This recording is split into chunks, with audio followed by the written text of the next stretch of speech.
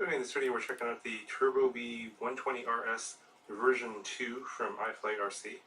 And it's pretty similar to the version 1 that I reviewed and had a few videos on before. I think the frame is pretty much the same except for the top plate is no longer there. Now they have a TPU canopy, different motors out, and also a different stack as well.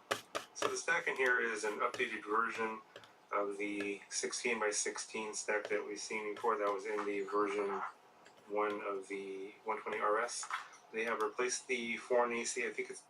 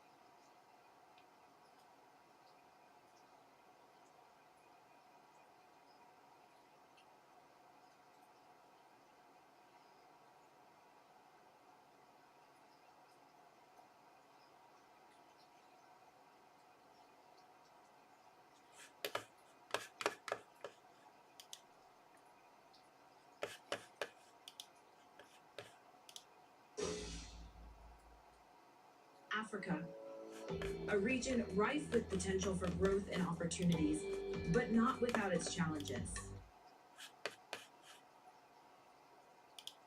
With the DJI Remote RC3, the controller binds to the goggles via Bluetooth, and then the goggles forward the connection to the air unit. So if your goggles are powered down, you will not have a connection. That's a good one. That's plausible. But if he's flashed back, I mean, maybe it's coincidental, right? But if he's working, then it wouldn't be goggles. But yeah, it could be coincidental. DroneView Pilot asks if S-Bus is set in the CLI. Again, he says it works when he takes it out and flies it. It just doesn't work when he plugs in USB in the configurator. Right, exactly. So his configuration is correct.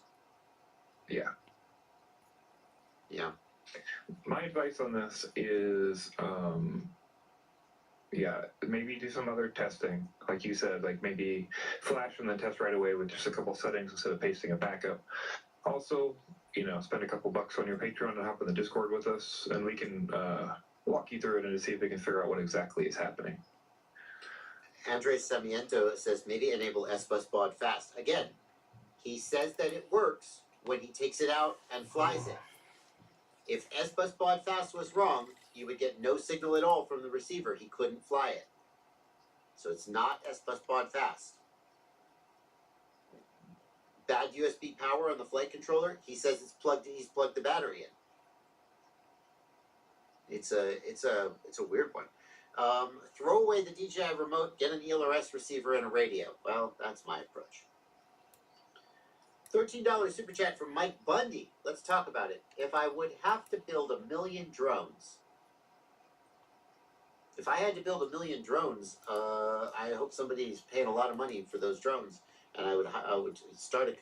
If you handed me a PO for 1 million drones, I would know what I was doing with like the next 2 years of my life, maybe more, because I would need to set up a company to build 1 million drones.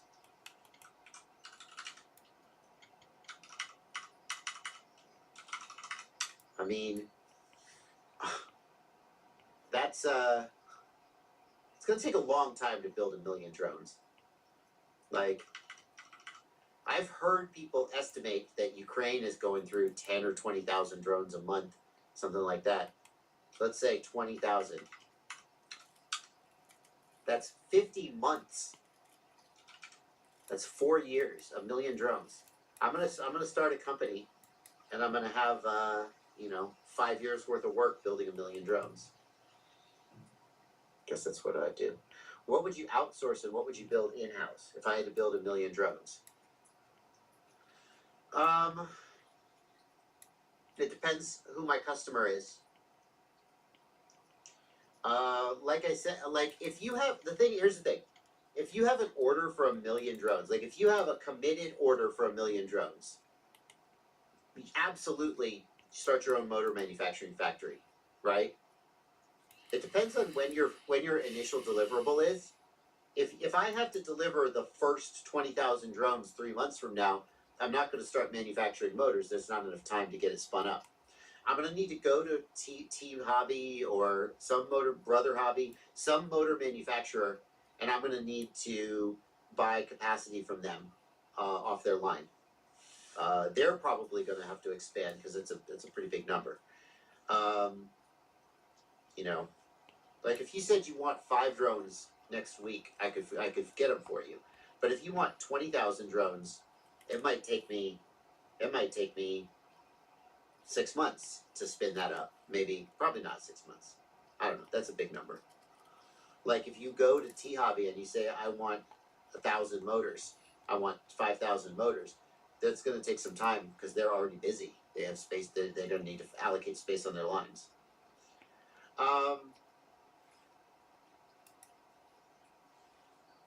So there's an answer where you're like, well, I'm going to outsource everything, right? But there's another answer, which is that if you're buying in that quantity, it makes sense. You can justify almost anything.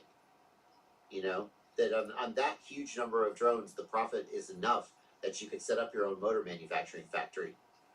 The other thing is when I say who is the customer, if somebody's buying 1,000,000 drones, probably it's like the government. Hobbyists aren't buying 1,000,000 drones. So if it's like the American military, then they're going to want it manufactured in the United States. At which point, I'm definitely going to I'm not going to be able to outsource very much because there aren't very many companies doing that yet. I'm going to have to just start making it myself. Sunshine says Ukraine's official goal for 2025 was 4.5 million drones. They ended up hitting 4 million.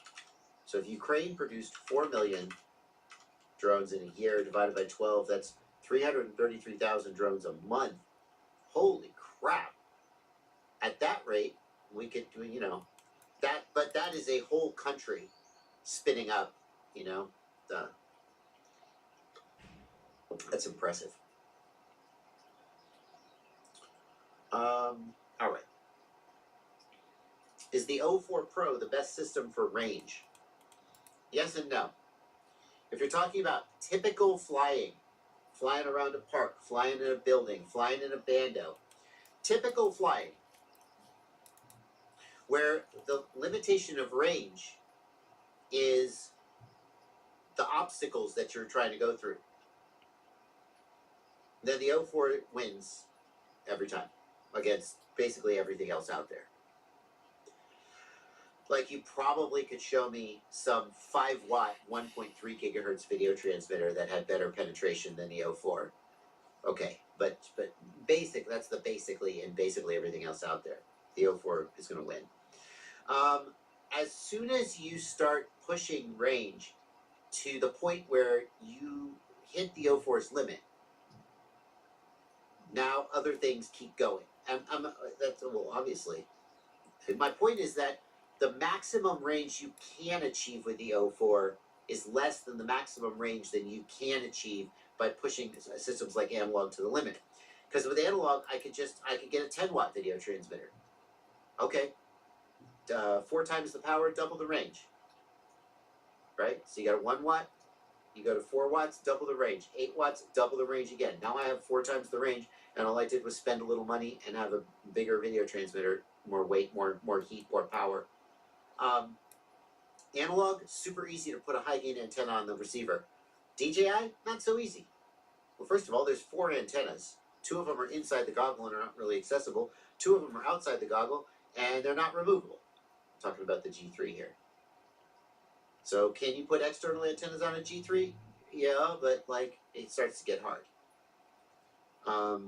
Some DJI systems actually have a hard distance limit where no matter what antennas you have, they won't go past that limit. You just the video system stops working. I'm not sure about the O4. I know the O3 and the Vista did. Anyway, so for typical use, the O4 it wins for range. But when you start talking about true long range, and you're going more than, let's say, 20, 25 kilometers, the O4 is going to hit a wall that you can't really extend. And the other systems, you will be able to extend them by increasing output power, etc., etc., etc. I saw this press release, Plenty, that people are talking about in the Discord. Orca scales global production capacity to 1 million drones. Who can find the marketing BS in this statement? Yeah, so they made 280,000 last year, and it's based on that. Or they're saying they ramped it up, but they made 280,000. No, they didn't. Says they have a proven ability to produce 280,000 drones. Okay, Blenty. Again, I don't know. Maybe Orca did produce 280,000 drones, and if they did, then I apologize. But as a pure thought exercise, do they ever say that they actually produced 280,000 drones? Blenty, have you read it? I haven't read it. Look, it has a proven ability to produce 280,000 drones. Watch this, guys. I'm going to get down on the floor. I'm going to do 5 push-ups in 5 seconds and say that I have the proven ability to do 120 push-ups in 2 minutes. Do you believe me? Maybe. They produce. Let's say they have a product line that could produce 280,000 drones, and it's a proven ability. Okay, so and again, pure thought exercise. Maybe they did this, but I just like reading press releases and trying to see the weaselly bullshit. 280,000 drones divided by 12. That's 23,000. So maybe they got an order for 20,000 drones. They filled that order in a month. And they said, well, if we had orders, we could do 280,000 drones a year. And maybe they could. But there's a difference between we could produce 280,000 drones a year and we did sell 280,000 drones last year. That's a difference. And this whole press release is, when I first saw it, I was like, do you want me to think? And in fact, my first thought was, shit, Orca sold 1 million drones? That's amazing. And then I was like, wait a minute. No, they didn't sell 1 million drones. They scaled their production capacity to 1 million drones. Okay, so somewhere they have a factory that theoretically could make 1 million drones if anybody wanted to buy them. But nobody does. And they could have produced 280,000 drones annually. And they did something that they think justifies saying that they have proved the ability to do 280,000 drones annually. But they don't say that they sold 280,000 drones last year. We are a rapidly growing business with the capacity to produce 280,000 drones in our headquarters alone. And let me ask you this. You're the CEO of Orca, and last year, Ukraine ordered 280,000 drones from you, and you delivered them. Do you think you would be using weasel words like, we have the capacity to produce? You would say, last year we sold 280,000 effing drones. Wouldn't you? You wouldn't use the weasel word. So, I don't know. It feels like, I hate this stuff. I hate this BS. Sorry, wrong screen. I hate this. I hate businesses. I hate that the way the world works is that businesses basically lie. And if you don't essentially lie, and not really lying, like you're just wiggling the truth just enough that what you're saying is technically not lying, and you lie, and then people like your lies, and they know they're lies too, but you lied good to me, I mean, my ears, brain like words that you say, and then they give you money. And then sometimes you do the things you said you could do, yay, you win at capitalism, and sometimes you fail to do the things you said you could do, and then somehow you don't go out of business, you just keep getting orders. I don't understand it, and it's not the kind of world I'd like to live in, and so this kind of thing bugs the shit out of me. Plenty, if you can find, I'm not saying you're going to bother to look for this, but if you can find a press release where they actually say, or like if they're a public company, like a revenue statement, where they indicate that they actually sold, how many drones did Orca sell last year? I got to tell you something. Who'd they sell 280,000 drones to? I'm extremely skeptical. I'm skeptical. Anyway, if you bought 280,000 drones from Orca, put it in the chat. Why are we upset they're saying they scaled up? I'm only upset that they're like implying that they've done way more than they actually have. It's just corporate bullshit doublespeak, and I hate it.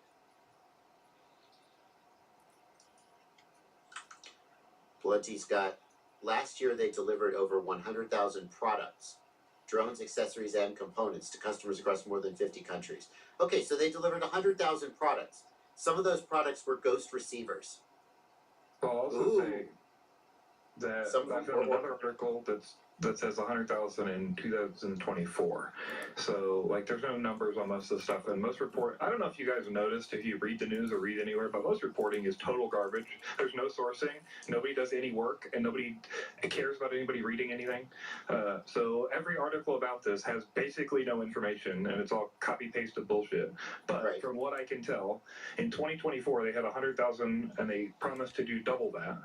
So that would be 200,000 in 2025 if they met what they said they were going to meet. Otherwise, again, it was 100,000. 100,000 products. Right. Great. I'm just saying, I shipped a Ghost receiver. Oh, do you know what?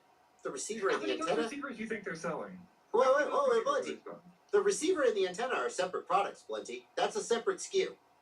When I sell a Ghost receiver, that's actually two products. Like that episode of The Office where Daryl says he shipped 1 billion units. So they sold 20 instead of 10. I don't know what. Yeah, exactly. Well, so Orca has their whole military product line where they've got the Iron Ghost. It's an encrypted control link. It's basically just Ghost but with encryption. They've got video. They've got this. They've got a whole product line that they're trying. And I assume they're trying to sell to Ukraine just like everybody else is trying to sell to Ukraine. They're trying to sell, I'm sure, in Europe. They're trying to get their shit out there. Like, I'm sure someone bought some of it. And it may have been a larger order than you would think if you're thinking about the hobby market, because maybe somebody at some NATO country or in Ukraine is like, oh, fine, we'll take 500. Yeah, give us 500, we'll try them out, and they just, throw government money at it. But, like, no, I agree with you. Again, this is just more weasel word. What company says I sold 100,000 products if the actual number is impressive? Right? If the actual number was impressive, you'd be like, yeah, we sold 500 million goggles and we made $1 billion. Right? You only say things like, we sold 100,000 products. Not going to tell you what they were. Maybe they were receivers. Maybe they were antennas. Maybe they were goggles. Could be. Oh, who knows? If the actual numbers are good. Anyway, we have the ability to scale. Good. Maybe you can. Good. Go. Hey. Anyway, getting back to the questions. Woo! Woo! Woo! Woo. Ranty today. There's too many fucking questions. I'm behind on the questions. Pardon me. I knew it was coming. I knew I was going to swear eventually. I could feel it. I could feel myself getting looser and looser. Amans in the Discord asks, I'm currently working on 1S and 2S drone designs for the EVE 18650 30PL, 21700 PF50B, and RS500. These are all individual 18650 and 2700 cells, and they're high discharge cells. In my opinion, these high amp output batteries are the future of the hobby, as they can put out more current than existing lithium-ion solution matching LiPo solutions. Yeah, so lithium, so 18650, 21700, these cylinder batteries that traditionally had good energy density but poor current capacity, now they've gotten to the point where they're designing them such that they can have, 30 to 50 amps out of a single 18650. So more than enough to fly a drone off of. The biggest limitation has been that existing electronics are built around legacy battery solutions, ESCs that don't support 1 to 2S, high amp, and motors with kV ratings too low at larger stator size. Do you know anyone else looking at this? What are your opinions on the matter? I think that 1 to 2S drone designs are of questionable usefulness, except in as much as hobbyists just think they're cool and want to use them, in which case, more power to you. But if you look at the ideal use for these 18650, these 21700 cells, people are taking them and they're combining them into like a 6S2P pack, and they're using that for larger drones. When you get down to the 1S size, the reason that someone other than a hobbyist who just thinks it's cool, the reason, well, but also true for hobbyists now that I think about it, the reason you're going 1S is you want lightweight, right? You want a 1S, and a 1S 18650, for all that it has, is heavier than a 1S pouch cell. So what's the advantage of the 18650 that the pouch cell doesn't have? Ease of charging? Sure. But other than a hobbyist who just thinks 18650s are cool, or maybe is a little worried about charging, anybody who's trying to solve an engineering problem is just going to use a pouch cell on a 1S. That's my opinion. So, what do you know anyone else looking at this? Yeah, there's people making 18650 1S drones, but I don't think that there's like this massive potential for improved performance. If you tell me I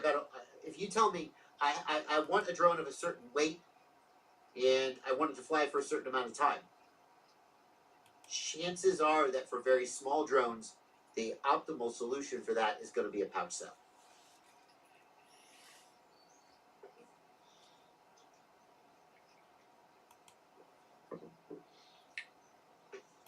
That's my opinion. What do you think of the Beta FPV P1 air unit? I am impressed with the Beta FPV P1 air unit. I can tell you,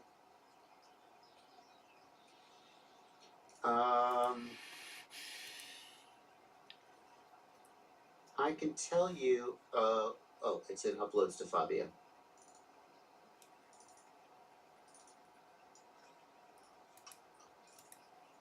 I'm just gonna grab some flight footage somewhere. I don't know what it is. I was pretty impressed with what it did. The video performance is not bad. And the number one thing I would say about it is that, like, the whole picture is relatively usable.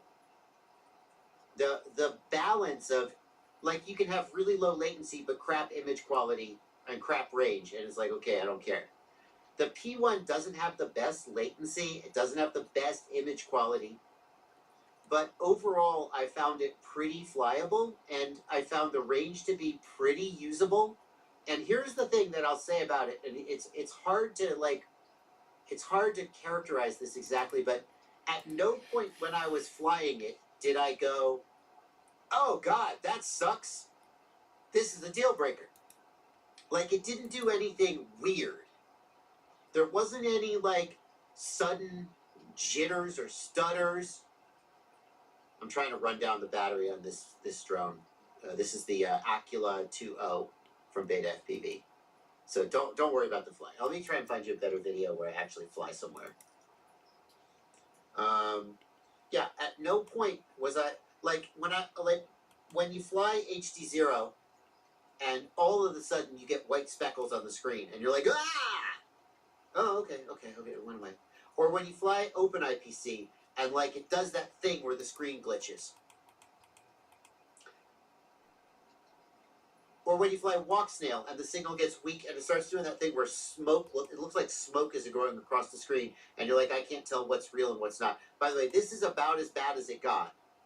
And even here, hold on, that's just the playback. That's the playback. Even here, like, I'm behind the house, it's only 200 milliwatts.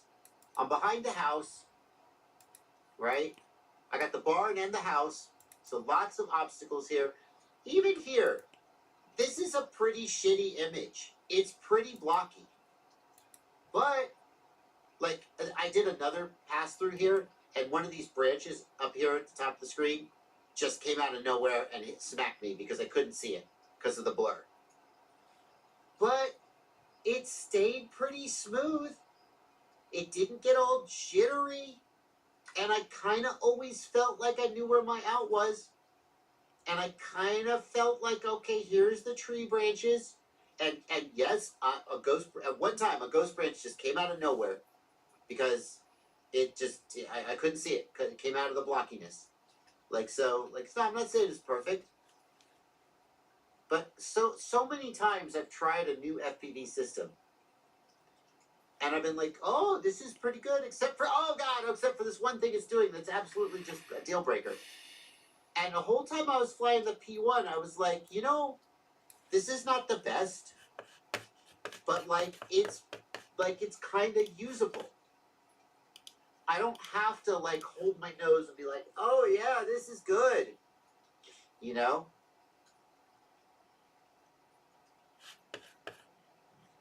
there's other FPV systems where if it was the only one that was there, I would kind of be like, oh god, all right, fine.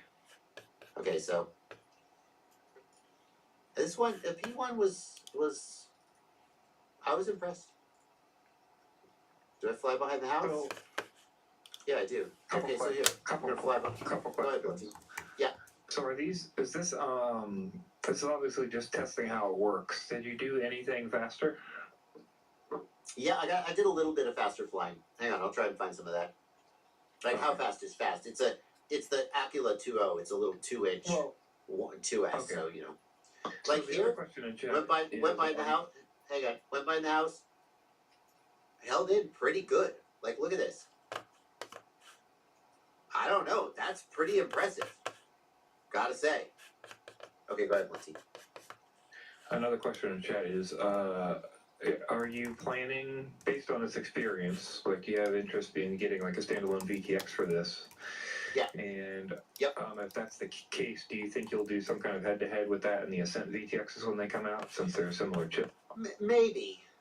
That's a tough one. I didn't do a head-to-head here, and part of the reason I didn't do a head-to-head is that I know the Ascent is getting updated firmware. I know that a lot has changed, and I kind of didn't. And whereas the P1 has just come out, and I was like, I don't know. They're both moving fast. If I were to do a head-to-head, let's see, where can I do? I did a range test in here somewhere.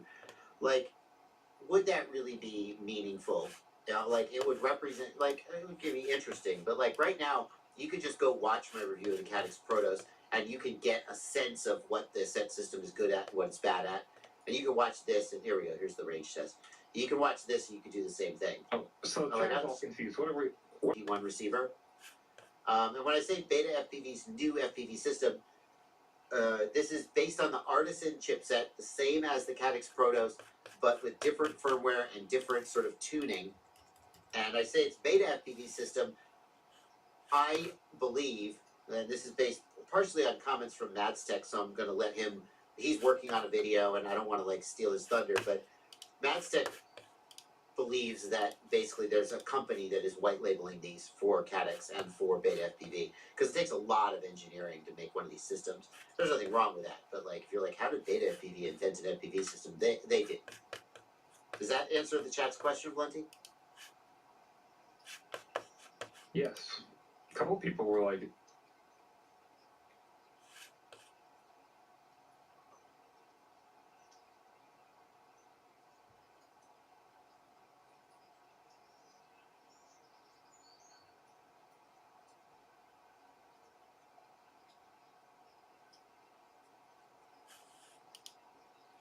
Hey folks, I'm Bangirl, welcome back to the channel. I'm checking out my first HD0 quad. This is the Happy Model Mobula 6 Freestyle. This is the new version that comes with the Lux camera and also the very impressive AIO5. This is the board that has the Express LRS receiver built in. It's got the HD0 transmitter and also the Betaflight doodads. It has everything in one tiny component that weighs less than 6 grams. So I'm really excited to check this out and really see what HD0 is all about. Doing an unboxing, we have some stickers, we have an accessory bag, and in the accessory bag we have a useless prop removal tool, a screwdriver, some screws, and very nice, we have extra canopy along with extra propellers. So not a badly outfitted accessory bag. And then finally, we have the quad itself sitting there nicely in this very squishy foam. And that's it. Now, the quad itself actually looks like it's been put together with a lot of thought and care. I do love this little 3D printed antenna holder. This keeps the antenna out of the propellers. And funny enough, this is the same antenna I use on all of my lightweight builds. I do also notice that the motors themselves are directly soldered into the flight controller. They don't use connectors, which makes maintenance a bit tougher, but it does reduce overall weight. We do have the USB connector right there, which looks like it's almost exact same level as the battery. Not ideal, but should be okay. This also does not use a BT 2.0 connector. You can see that little tiny piece that sticks out there. You do want to cut that off if you are going to be using this on a BT 2.0 battery like the Lava series battery. Otherwise, this will cause the connector on the battery to fail. I know that from experience. And the motors are a Happy Model branded 0702 28,000 kV. Doing a quick weight check, this comes in at 19.7 grams, just 0.1 gram over the advertised weight. For all my flights, I'll be using the Beta FPV Lava 1S 300 milliamp battery, and the battery weighs 8.09 grams, fully charged, ready to go. The Beta flight configuration from the factory was pretty well done. I just did my usual personalizations, like putting in my own personal rates, making sure that the on-screen display elements were the way that I like it. There were two weird things. The first one is that the receiver channel mapping is not the default Express LRS, so you do want to make sure you change that. It's a little bit weird that Happy Model went with the non-default, given that the default is probably what 90% of the folks will be using. I also did notice that crash recovery was not active, so definitely make sure you turn that on. It'll allow the quad to recover from minor bumps against the wall without freaking out. The AIO5 uses an SPI-based Express LRS receiver, which means binding is a little bit different. I like to come to the Betaflight receiver tab, enter in my bind phrase, and click save. That will work. Or you can come to the Betaflight receiver tab and click the bind button, then follow the binding steps in your transmitter. Okay, let's go ahead and do a quick flight together. I'll give you my raw initial thoughts of the HD0 system, along with my initial thoughts of the Mobula 6 HD. And as I fly this around, this actually flies really, really good. Maybe not as good as analog, given the additional weight we're carrying, but it actually is feeling really, really good. I am using a different pit tune than what it came with. I'm using the pit tune from the Air 65. I did try both, and I find that this one flies a little bit less wobbly and just more to what I'm used to. So, like you, I got my Mobula 6 Freestyle HD in the mail, the real one, finally. There's a long delay on this thing. I really liked it out of the box, except for, actually I found a lot of things that I would change, and let's get into that. So yeah, there's a lot of things that I want to suggest that we change. It's really hard to get one of these things perfect, because we're all pretty picky about this stuff. But just to give you a general idea of all the things that I'm going to suggest, we need to have a better way to hold the antenna. So right here, I've got a 3D printed little antenna holder, and that's going to be available in the description. I've got antenna retention glue right here. I've got camera mounting glue on here to keep this from falling out. I've got a foam pad underneath the camera holder to protect the board and the camera. And let's see what else. We've routed the Express LRS antenna kind of underneath there for better protection and range and all that stuff. And last but not least, lots of firmware tweaks and also VTX firmware tweaks. So let's get into it. All right, so first up, E6000. This is a special kind of glue that's kind of rubbery and it's forgiving, and it peels off when you're done with it. And we use this a ton for whoops, for repairs, for holding things down. This tube I got from We Bleed FPV, and what's cool is it's got this really thin applicator on it. But you can also get huge tubes of it on Amazon. I don't care what you do, get some. All right. So we're going to use this, and I'm going to show you how to use it. We want to apply glue here around the UFL, not inside the UFL, obviously, but around the UFL to kind of hold it down. And we also want to apply glue. You take this camera out, all right? You take this camera out of its little sleeve there, and we're gonna put some glue on the back side of the camera mount, kind of where I've got this placed right here on the back side, and then we're gonna put the camera back in and kind of hold that sucker in there because we don't want it popping out. I did notice when I had some falls onto concrete and onto harder surfaces, it was possible for this camera to kind of back away out of the case. And we don't want that.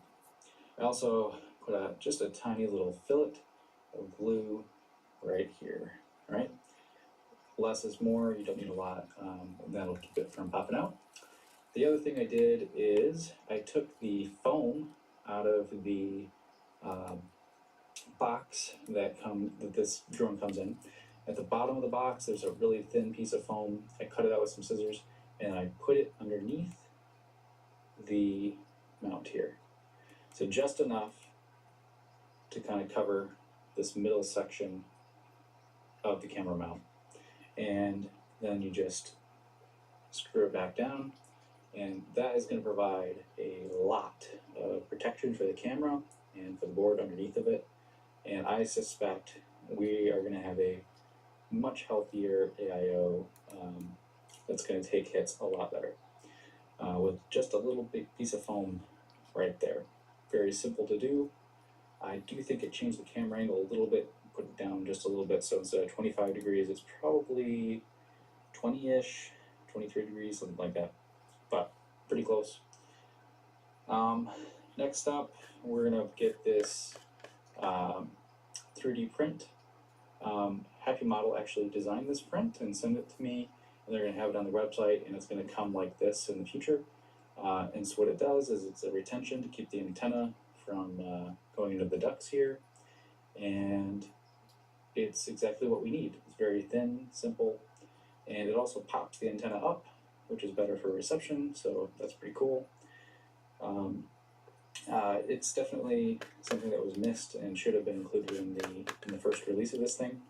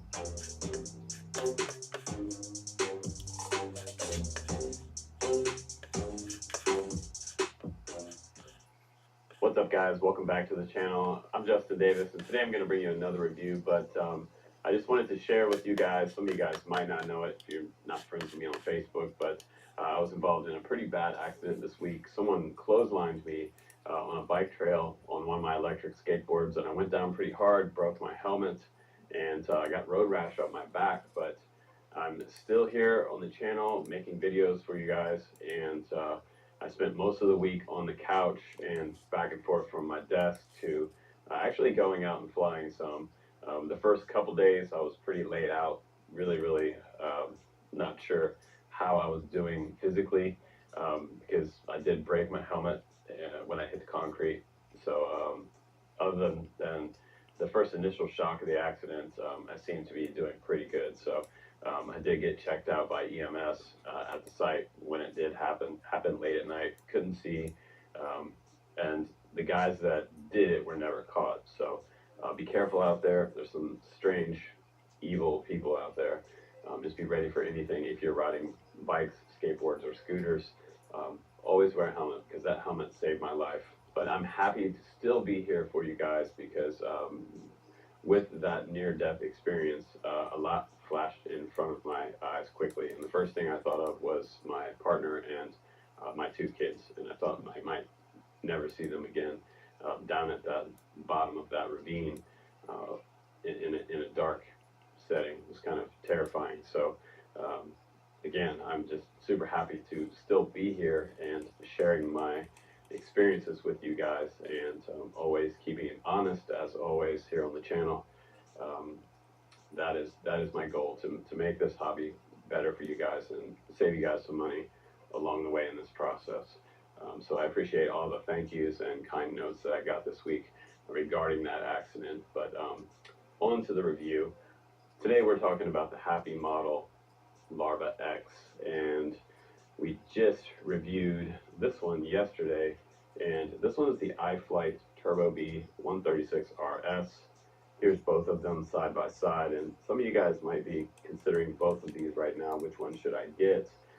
The Larva X is a 2 to 3S little toothpick ripper. Super awesome, by the way. It's going to be a pretty good rating on this one because it has a pretty good tune on here. This one might be a little bit better tuned than this one. We're going to push this one to the limits today. I'm going to really give it some high throttle and try to trip out their tune and see how well it handles some high G's and some of those freestyle maneuvers that this is supposed to be able to do. I had the most fun flying it on a 3S battery. 3S 300 milliamp and 450 milliamp seems to be the sweet spot for this quad with the Avon 2.5 Rush props on here.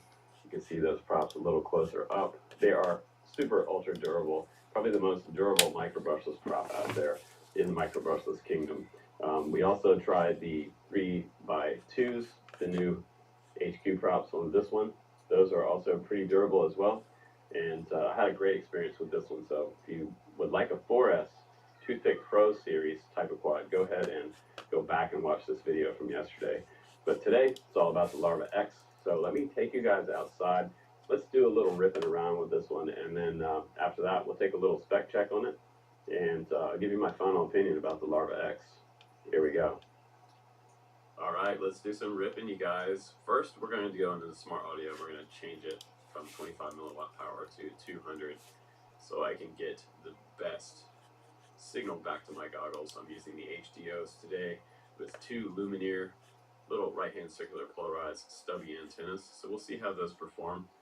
And I wanted you to see this. This is the example of them not having Betaflight set up correctly with motor stop checked on. So when I come to 0% throttle, the props come to a complete stop, and the quad's going to do this terrible death tumble. You want to make sure you have motor stop off and make sure you have air mode active. So no air mode was active here, and this was my first battery. If you're looking at the VTX there, you can see my RSSI, and there it tumbles, and now I'm treed on my first battery. So quick trip over to Lowe's to get a cherry picker, and this was the tree that I decided to crash in today, about a 70-foot some kind of tree, but lots of thick coverage, and I couldn't find it anywhere. There it is. Finally, after like an hour trying to get this thing down, I finally got out of the tree. Now we're back to flying again, so let's go ahead and continue on the fun. I knew right away when my first battery that this was going to be a little ripper. You can see the VTX down at the bottom left hand of the screen, and the video you're watching across the full screen, this is the recorded video from the VTX on board, which is great. It has an onboard VTX recorder, which is awesome because you can make your videos a lot nicer for uploading to the internet without all the fuzz. And it's not HD by any means, but it's not 4K. It's not 1080p probably, but still, it looks pretty good. And this quad can take a hit. Did you see that? That was a goalpost hit, and we kept flying. I want to go back again and try that power loop, just barely squeezing through there. Loving that little victory loop on the way out. Now we're going to do some big loops around these baseball field lights. I love these big loops. Once I can get them set up and going, don't get dizzy, you guys. Here we go. 1, 2, 3, 4. I'm losing it. 5. All right. And that's called a knife edge loop. You guys learning new tricks on the channel here. Now we're going to try to squeeze underneath this little chain link fence there, or chain there. Now along this chain link fence, and there's that battery bounce on the top of the fence. Along chain link fence, it does seem to have some breakup. You'll notice some breakup here and there in this baseball field and soccer area because of all the chain link fence, and there's a lot of metal out here. So one thing I was really happy about was how well this quad tracks. The lines that I can get going at speeds, phenomenal speeds, inches off the ground. And I tried to slide under that picnic table, it didn't happen. But, you know, you gotta go for those sometimes. You see it, go for it. No holding back. And now we're gonna go back over top of this goalpost here, and let's try to do a few power loops and see how power loop worthy it is. We're gonna keep going back around and around. Seems to handle a nice tight power loop easily. It's much harder to do this with something like a 5-inch at this low to the ground. So yeah, it handles power loops just fine. Plenty of power in there on these motors. Now back low to the ground. Let's try a reverse transition and back the direction I came. Nice little knife edge with a roll in there. Transitioning back around. Little tree loop here, over and under. Super nice. It's really awesome and fun on the freestyle side of things. This quad feels really loose.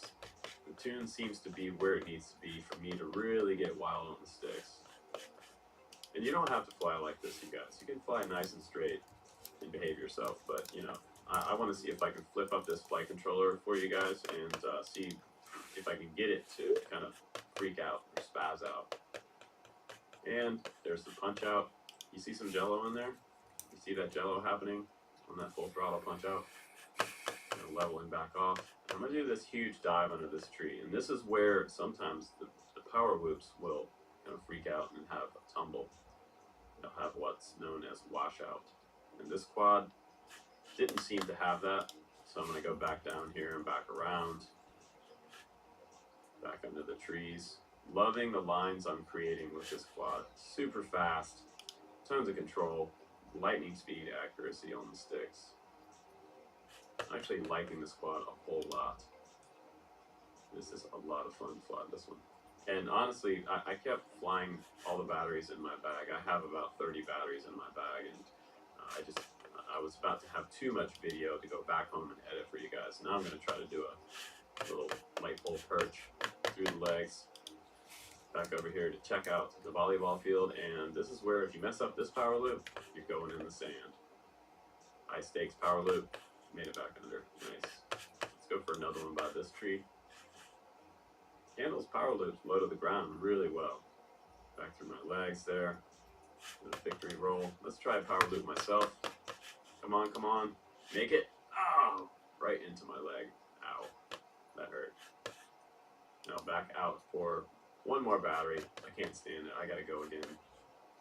Loving the lines and the speed of this quad. Super fun to fly. You guys, if you find someone that has this quad, fly it. It's awesome. It's really, really awesome. The Sailfly X was good, but this is even better. And little knife edge across the field. Trying to get in there. Let's come up and over. Nice. Back down to the street over here. Going for another power loop. Back under this tree. I love the punch out. It feels great on 3S. That's my preferred battery of choice. The 3S, 300 milliamp. Try to do a transmitter landing here. Didn't work out. Let's go back to the studio real quick. Let's go ahead and do the spec check. Today we have 2 to 3S batteries on this quad. Don't try 4 because the 1103 motors might not handle it.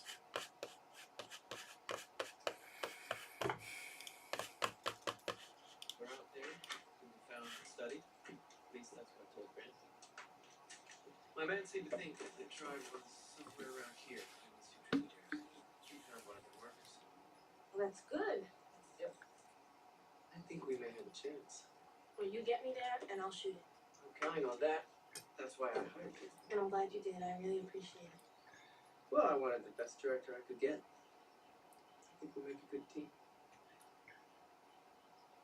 You're a mess. What happened to you? Oh, just a small attack of piranha. Barely escaped with my life.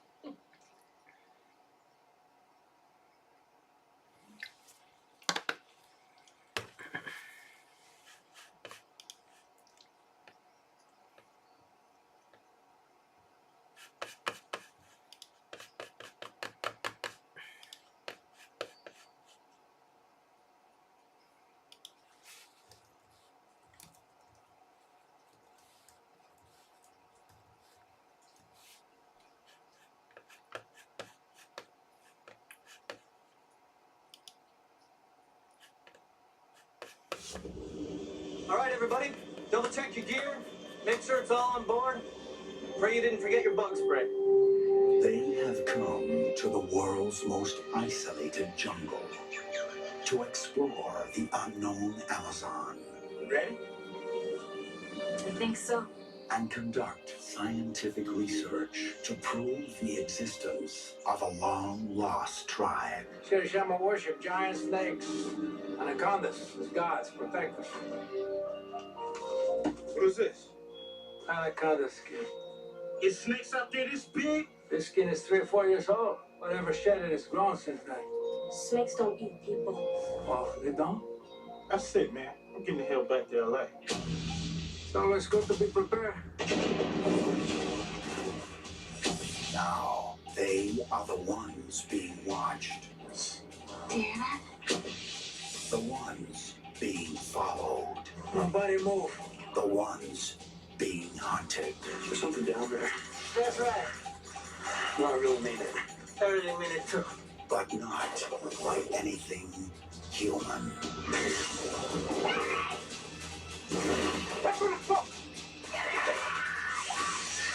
If we help him, then he will help us get out here alive.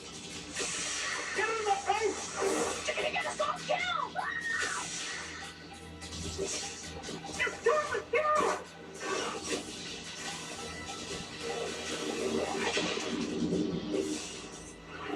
Anaconda. When you can't breathe, you can't scream.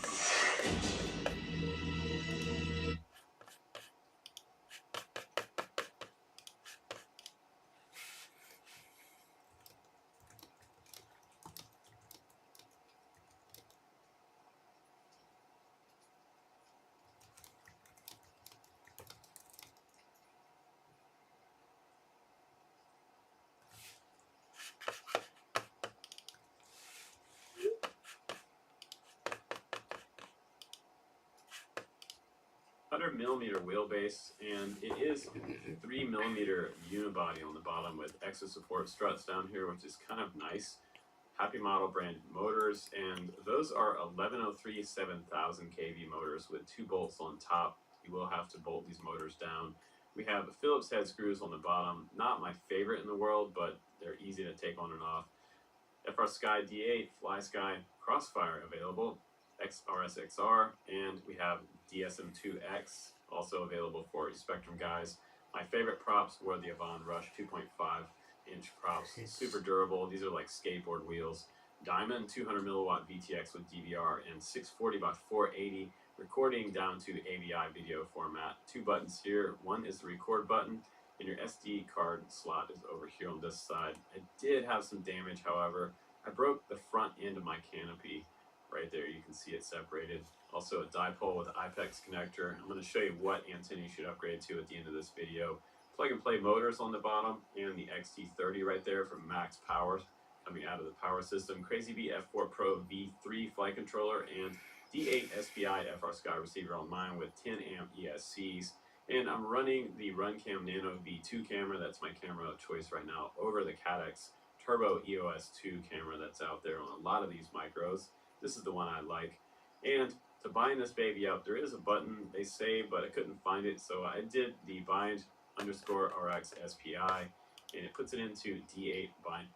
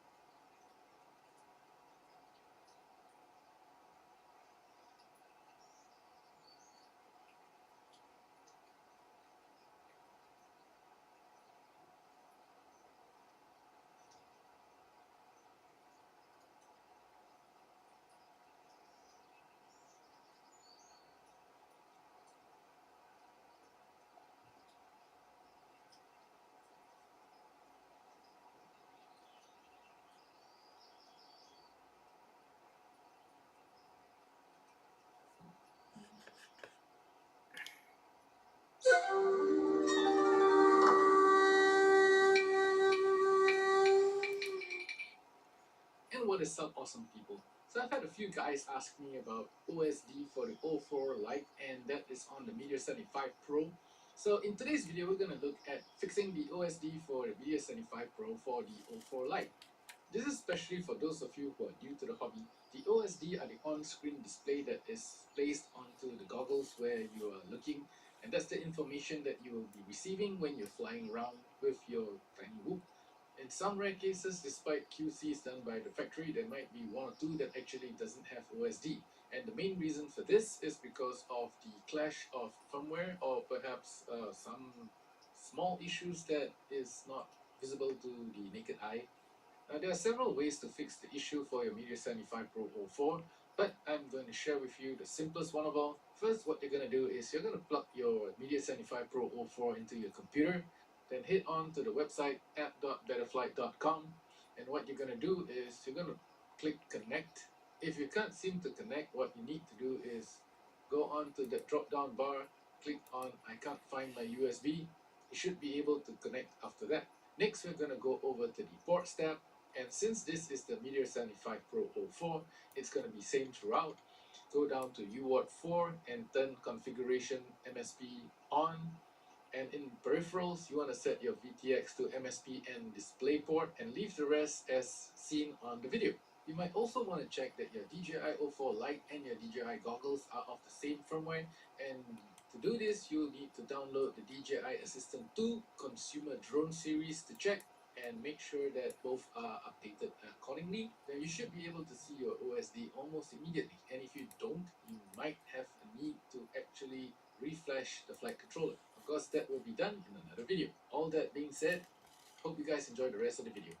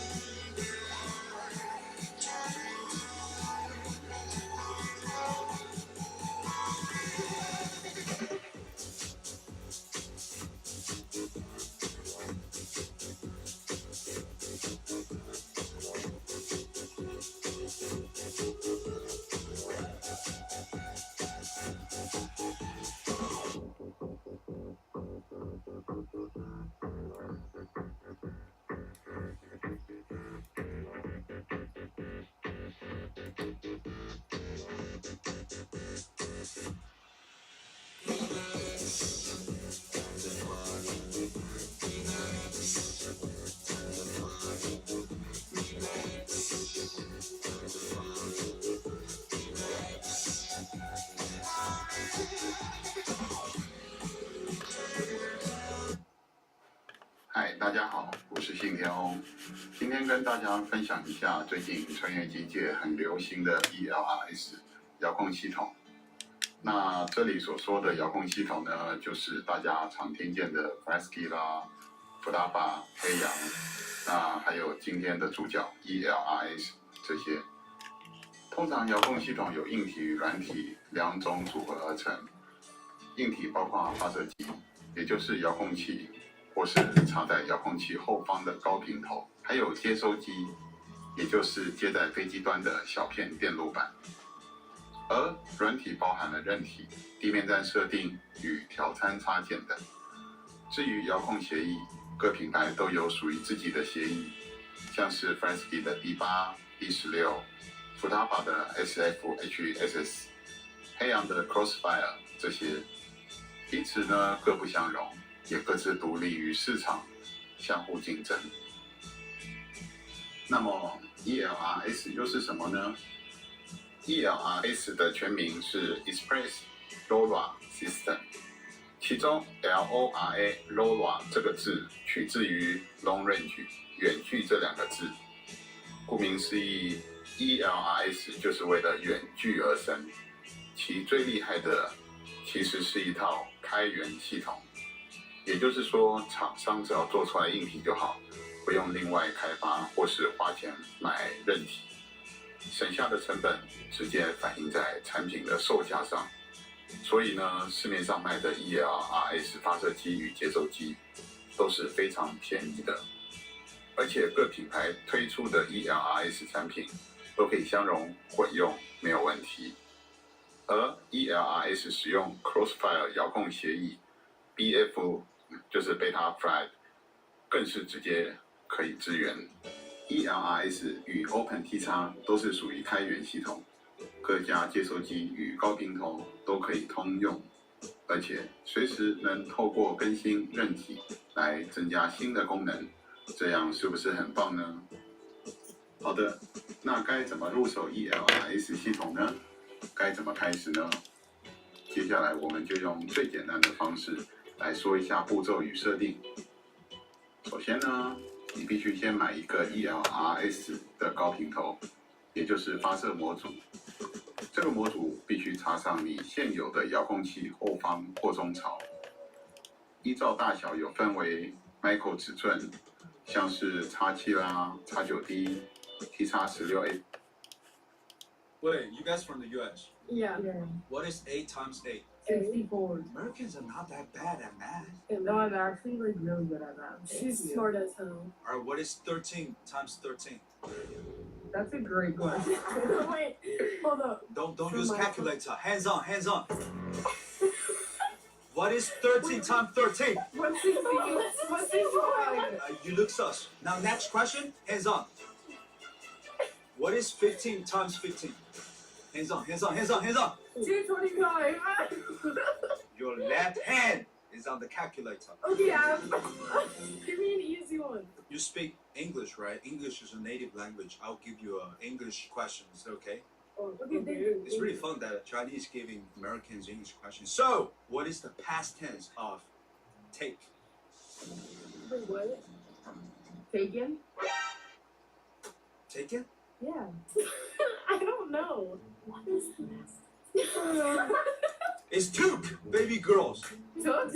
Yeah, Give me an easier question, bro. I suck at that's English, you know what I'm saying? But okay, another one, another one. What is the past tense of go? Going? I suck at English, bro. I blah blah blah to a hospital yesterday. I go. Went. Baby girl, you got it. Go. Google, wow. Okay, give me another one. Give me another one.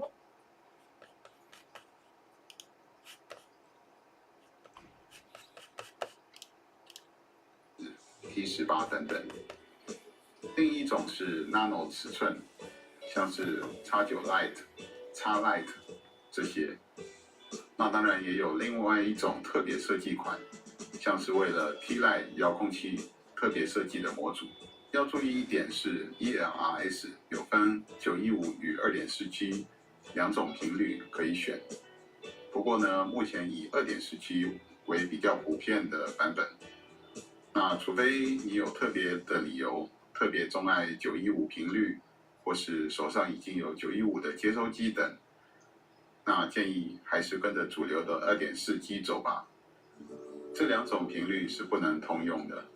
硬体准备好了，接下来就是上机设定了。在开始设定 ELRS 系统前，我们要先更新我们的 OpenTX 遥控器到 2.3.14 版或是更新的版本，这样才能完整支援 ELRS 系统。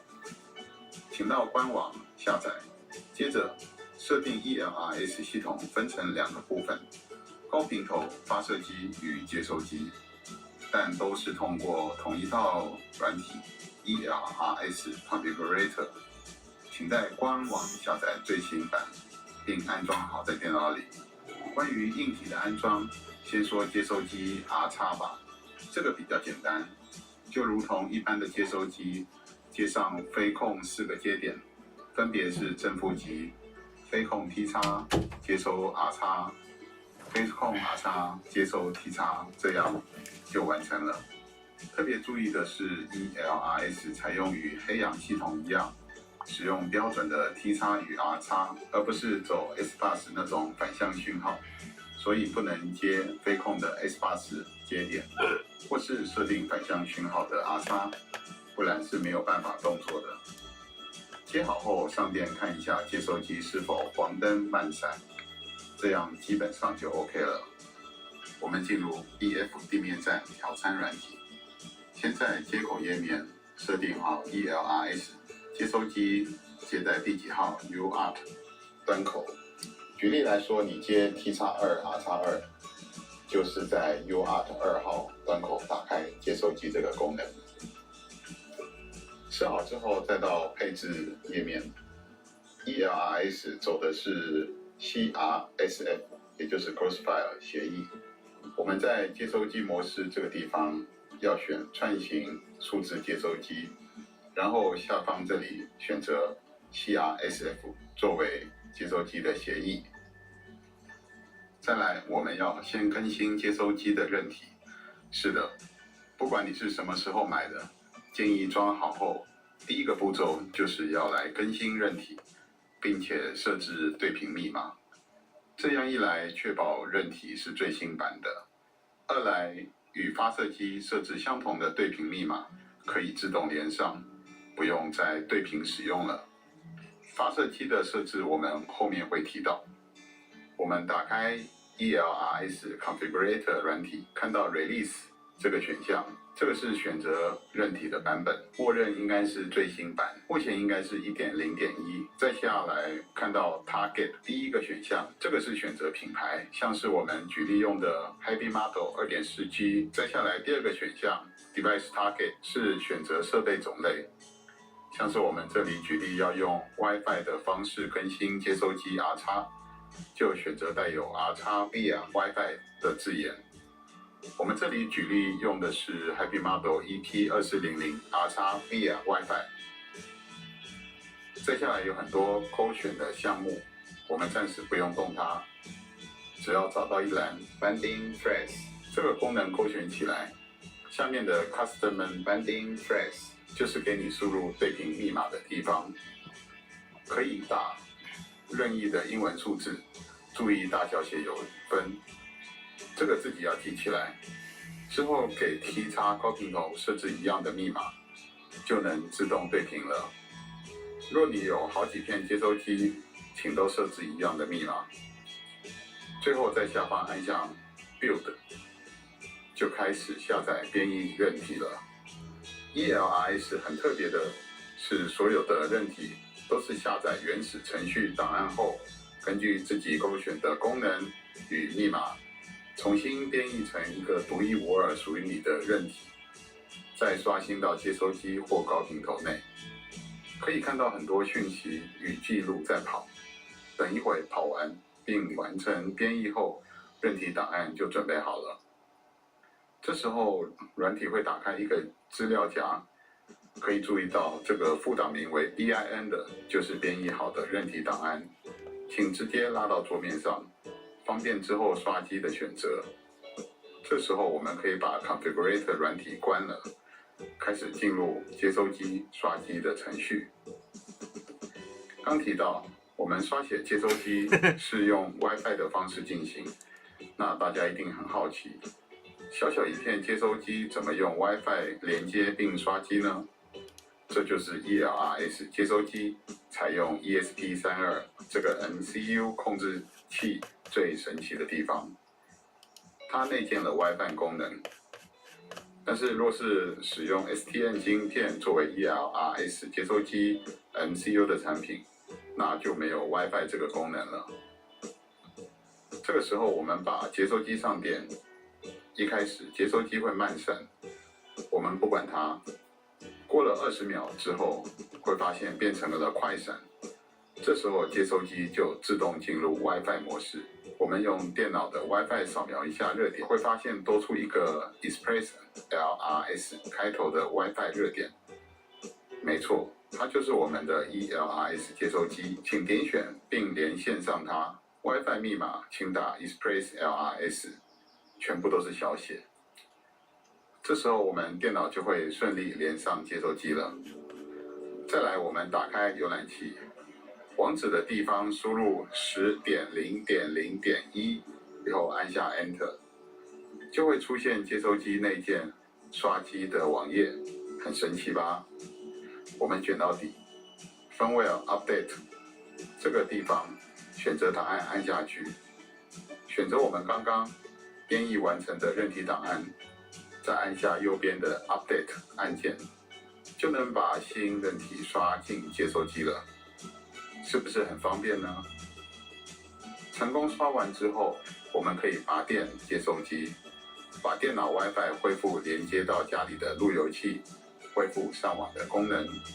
再来轮到 ELRS 高频头模组了，将它插入遥控器的扩充槽，天线一定要先接好，不然可能开机一下子就把高频头给烧坏了。我们先去官网下载 ELRS.lua 这个档案，把这个档案放到遥控器的 SD 卡内 ，Scrap 斜线 Tools 资料夹下，然后我们在电脑上再次执行 ELRS Configurator 软体。这次我们要选高频头发射机的品牌与种类。一般来说，发射机模组都有 USB 连接孔，所以我们要选择 T-VIA UART 这个相关的选项。接下来一样勾选 Binding Phrase， 并在 Custom Binding Phrase 栏位输入对频的密码，必须要与上面接收机的密码一致，才能互相对频连线。接下来我们把高频头透过 USB 连上电脑，再按下 Build and Flash， 一样的会跑很多编译讯息，等一会完成编译韧体后，就会自动透过 USB 刷新到高频头上，完成更新的动作。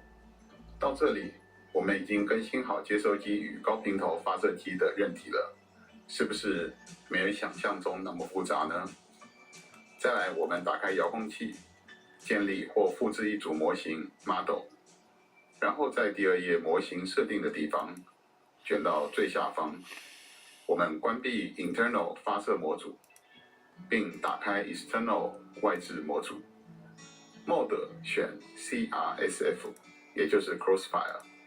我们这时候装在遥控器背后的 ELRS 高频头指示灯应该就会亮起来，代表开始工作咯。这时候把接收机上电，可以发现黄色灯号变成固定常亮，代表已经顺利与发射机高频头对频完成。最后一步，我们在遥控器上长按 Menu 键，会出现 Tool 选单，这里我们看到刚刚放进去的 ELRS.lua 这个档案，我们按下 Enter 键执行它，出现 ELRS 调参画面。这里有4个参数我们可以调整。第一个 PKT Rate， 这个是 ELRS 的传送速度，500赫兹，这个速度应该已经算是遥控界数1数2的快速了。当然，每一个人需求不同，不需要那么快，也可以往下调整，设到250赫兹，也非常够用的了。第二个是 TLN ratio， 这个是回传资料的更新速度，没有特别需求，一般放在1:32。第三个 Power， 这个是发热机的功率，设在10 mW， 大概方圆500米绝对够用了。设在100 mW， 有人可以飞到几十公里远。设在250 mW 或更大，那就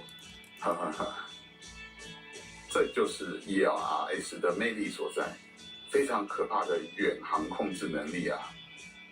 当然，设的越大功率，也就越耗电，越容易让高频头发热。建议一般近距离设个10或25 mW 已经足够了。第四个 RF frequency， 这个是给你参考用，代表现在的 ELRS 用的是915还是 2.4G 频率，当然是只能看不能改的。以上我们简单完整的介绍了 ELRS 系统，说复杂也还好，说简单也没到123就能用的地步，毕竟是一套新的系统，很多功能还在优化中，未来还会加进新的功能，像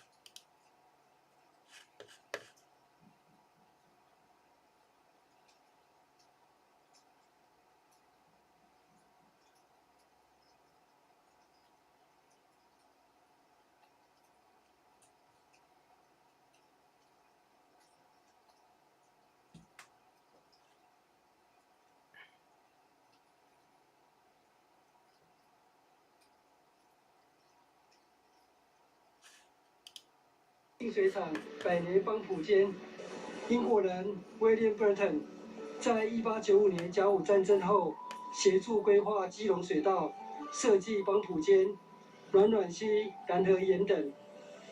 当年帮浦间抽上来的水，直接送基隆港国际。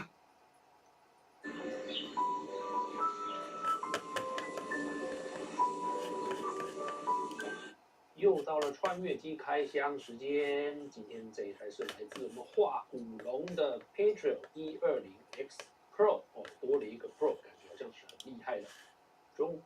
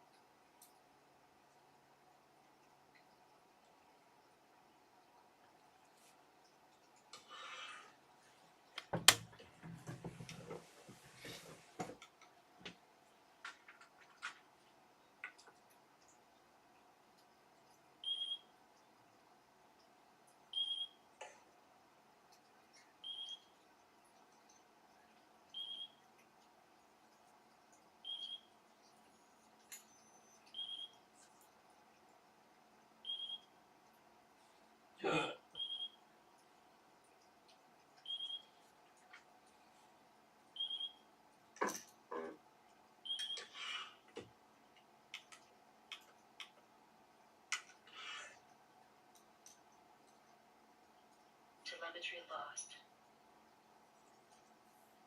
Telemetry recovered.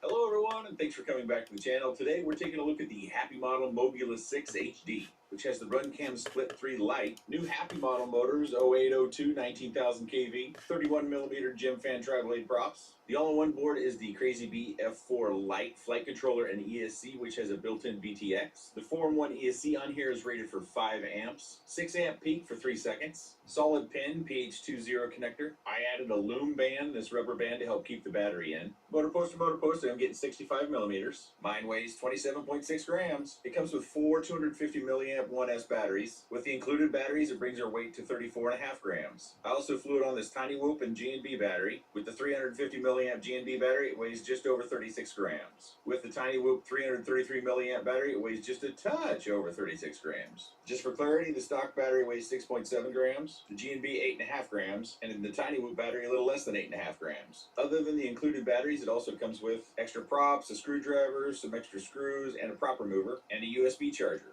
So during this special time, getting inside flights during the daytime has been a challenge. Both Mom and I are working from home. We've got our 3 kids. They're doing schoolwork still, various other things going on. So I have had to wait until everybody goes to bed in order to be able to fly it around.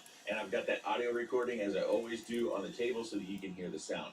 Now the first thing is, and I try to qualify these things all the time when I'm doing reviews, is that whenever you add weight, in this case we're adding weight because HD, we're deciding that HD is more important than performance. If you want performance and you want a 65 millimeter footprint, there are options out there like the Happy Model Mobula 6, like the Meteor 65. Those are going to outperform this in just pure performance, but this one has HD. And HD in this case I think is really, really good, but we'll talk more about that as we get deeper in the video. Speaking of the video, what we're going to find is this flight is going to be about 2 minutes and 20 seconds. This is on the stock battery. I have been asked how I keep track of flights and batteries. I write it on a piece of paper and then I see it in the DVR, and so I can always clarify that when I'm doing the video editing on which battery I am flying. On the G&B and the Tiny Whoop batteries, it was really difficult. If you just look at the flight, it was difficult to tell the difference between the two. I think the Tiny Whoop battery outperforms the G&B ever so slightly. It could be the fact that my G&B batteries have a lot more flights on them. That's possible. I only have 10 of the Tiny Whoop batteries, and they are generally more expensive.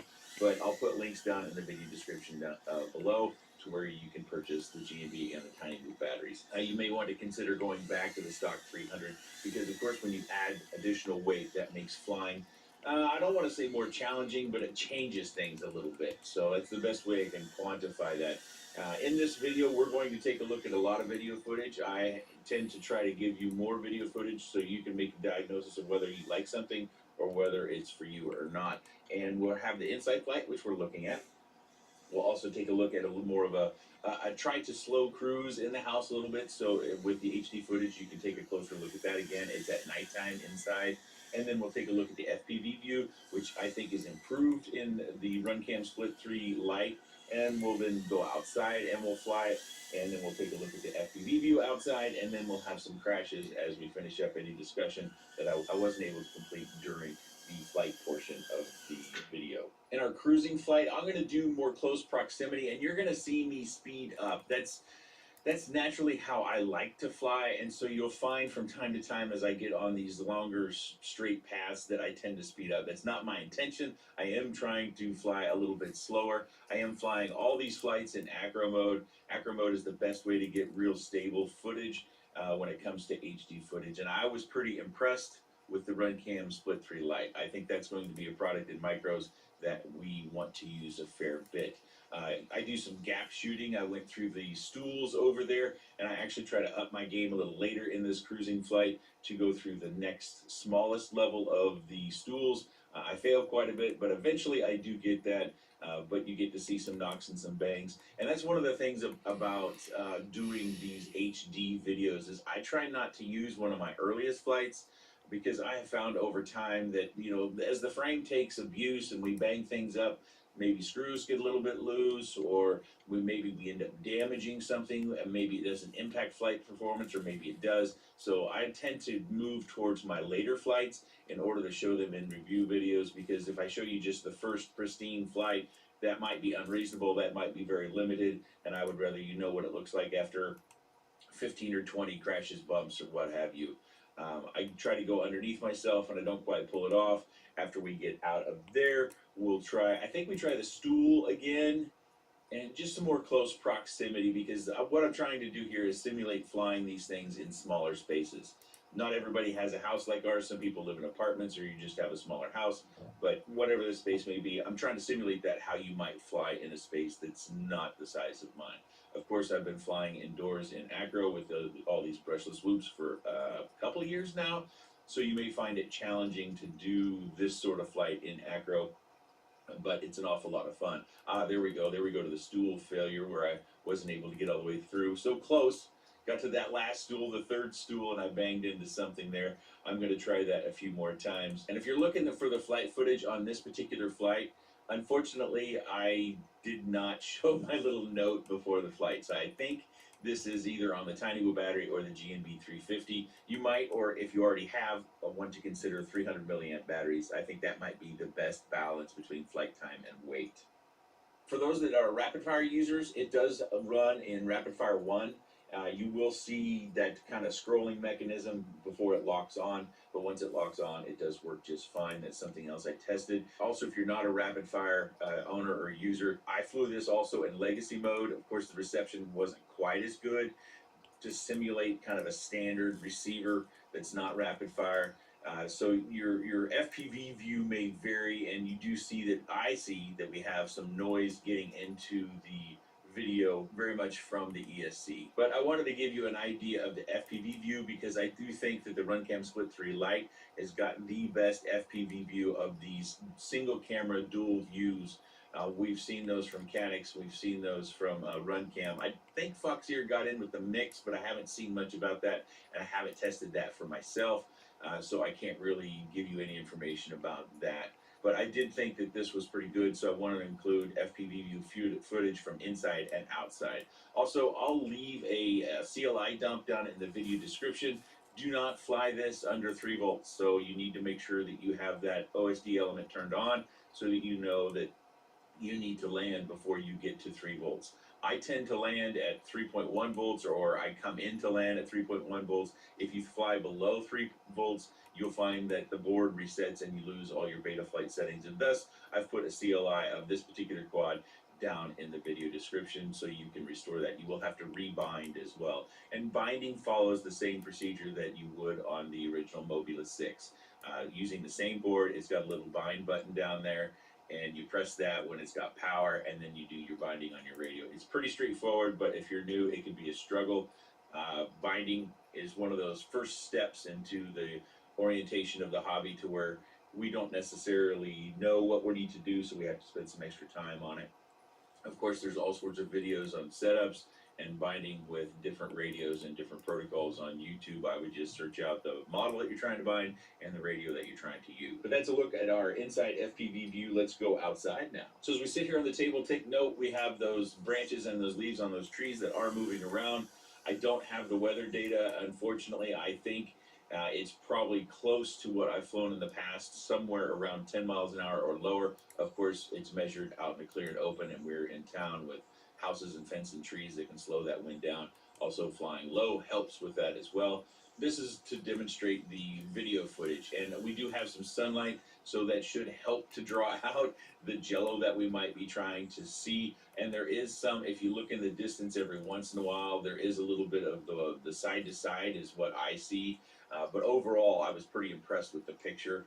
This is a 1080p, so the resolution is 920 by 1080, and it is 60 frames a second. And as we get to the desk, there is a connector on the RunCam Split 3 Lite that you can use to change the settings, but we don't get that in the package. So if you do want to change the settings, then you need to acquire one of those cables if you don't already have one. I did a little full throttle punch. It doesn't have a lot of punch. It's 1S, it's 27 grams. It just doesn't have a lot of punch. You can do flips, you can do rolls. It's going to require a little bit more height. It's not going to be quite as snappy as other machines running multi-cells or bigger props and carrying less weight.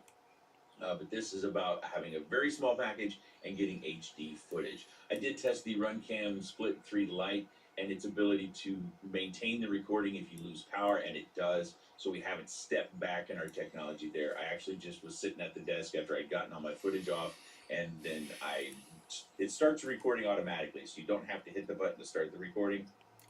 And if you unplug power, you lose the last few seconds. It's not much at all.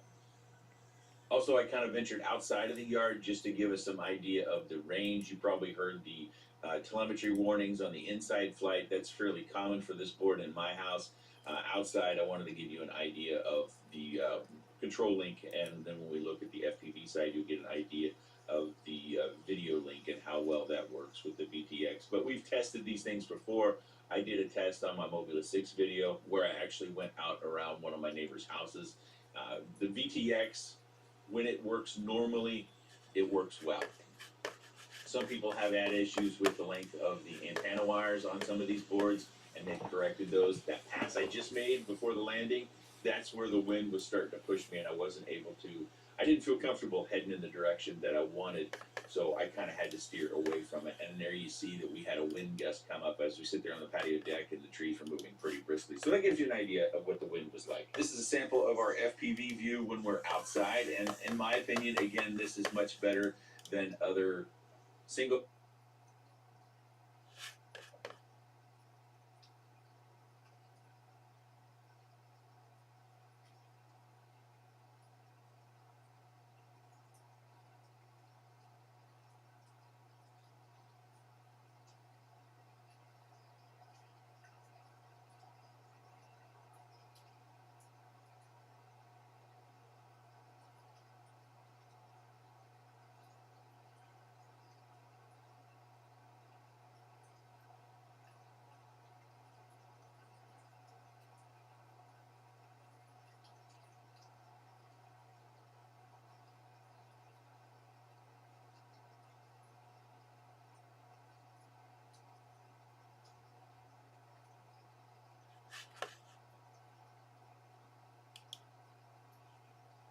这一支影片要讲解给新手看，刚新手拿到那个X7或者X9D的时候呢， C 或者叉9D 的时候呢，通常记得哦，假设是说我现在设一次给你们看，假设是说我现在用41好了，41这一组，建立一种新的模型。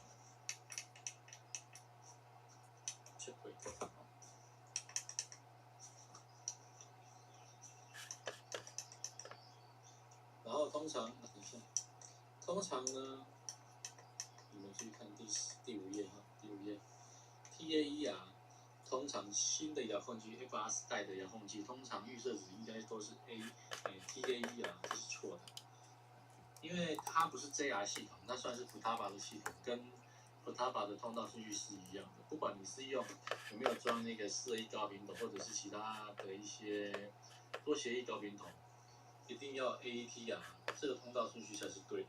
那如果是说你是玩那个3杯控的话，经过 CF 或 BF 的情况之下，那你可以跟它指定一样是 TAE 啊，就能去对应，无所谓。